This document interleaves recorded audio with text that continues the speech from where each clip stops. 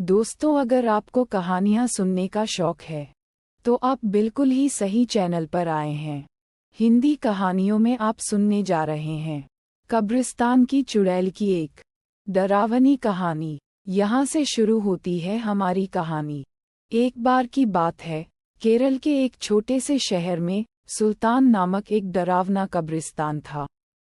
ऐसा कहा जाता था कि उस कब्रिस्तान में विभिन्न प्रकार के अलौकिक शक्तियां रहती थी। एक चांदनी रात को बिली, लूसी और रोहित तीन दोस्त कब्रिस्तान के किनारे पर एकत्रित हुए। अचानक उनको कब्रिस्तान से भयानक फुसफुसाहट की आवाज सुनाई दी। आवाज कहाँ से आ रही है ये देखने के लिए वे हाथ में टॉर्च लेकर सावधानी से कब्रिस्तान के गेट से अंदर घुसे। जैसे ही वे कब्रिस्तान में दाखिल हुए, हवा तेज चलने लगी। अचानक उन्होंने एक इंसान को एक मकबरे के पास टहलते हुए देखा। वो उदास और खोया हुआ दिखाई दिया, इसलिए बिली, लूसी और रोहित उसके पास आए और पूछा, कौन हो तुम और इतनी रात को यहाँ क्या कर रहे हो? तो उसने जवाब दिया कि मैं एक आत्मा हूँ और मेरा नाम अकबर है। अकबर ने उन्हें उस भयानक अभिशाप के बारे में बताया जो इस कब्रिस्तान के सभी आत्माओं को परेशान करता था। हर रात एक प्राचीन चुड़ैल जागती थी और कब्रिस्तान पर जादू करती थी और अकबर जैसी मासूम आत्माओं को अपने वश में कर लेती थी। अभिशाप को तोड़ने का एकमात्र तरीका कब्रिस्तान के पीछे जंगल में एक पेड़ के नीचे छिपी हुई मंत्र पुस्तिका को ढूंढना और आधी रात से पहले उसे नष्ट करना था। जादुई पुस्तक ढूंढने की दृढ़ संकल्प लेकर बहादुर तिकड़ी अपने मिशन पर निकल पड़ी। उन्होंने अंधेरे में मकबरों के बीच रास्ता खोजा जंगल में जाने के लिए, और इस बात का ध्यान रखा कि आराम करने वाली आत्माओं को परेशान न किया जाए। रास्ते में उन्हें बोन्स नामक एक शरारती छोटे कंकाल का सामना करना पड़ा, जो उन्हें जादू की किताब खोजने में मदद करने के लिए तैयार हो गया।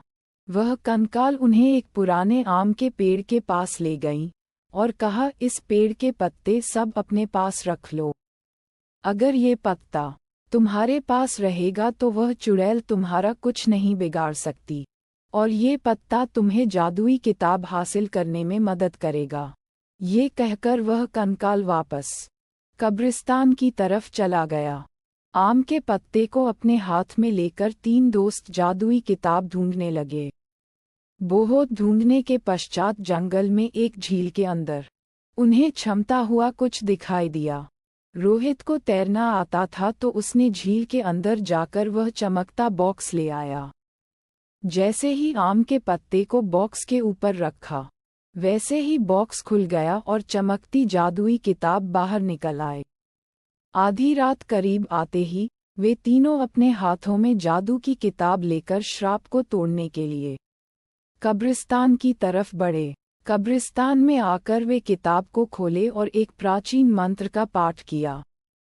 मंत्र पाठ करते ही जमीन कांपने लगी और कब्रिस्तान में एक तेज रोशनी छा गई। वह चुड़ैल जाग गई और गुस्से में दिखाई दी, लेकिन उसकी शक्ति धीरे धीरे कमजोर हो रही थी।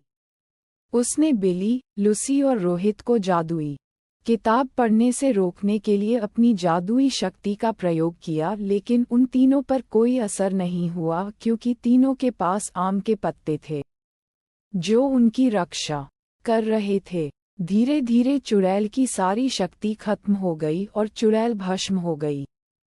इस तरह बिली, लूसी और रोहित ने कब्रिस्तान में फंसी हुई आत्माओं को मुक्त किया और कब्रिस्तान में फिर से शांति छा गई।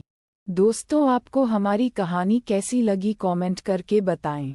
अगर आपको हमारी कहानियाँ अच्छी लगती हों तो हमारे चैनल को सब्सक्राइब करें और अपने दोस्तों में शेयर जरूर करें।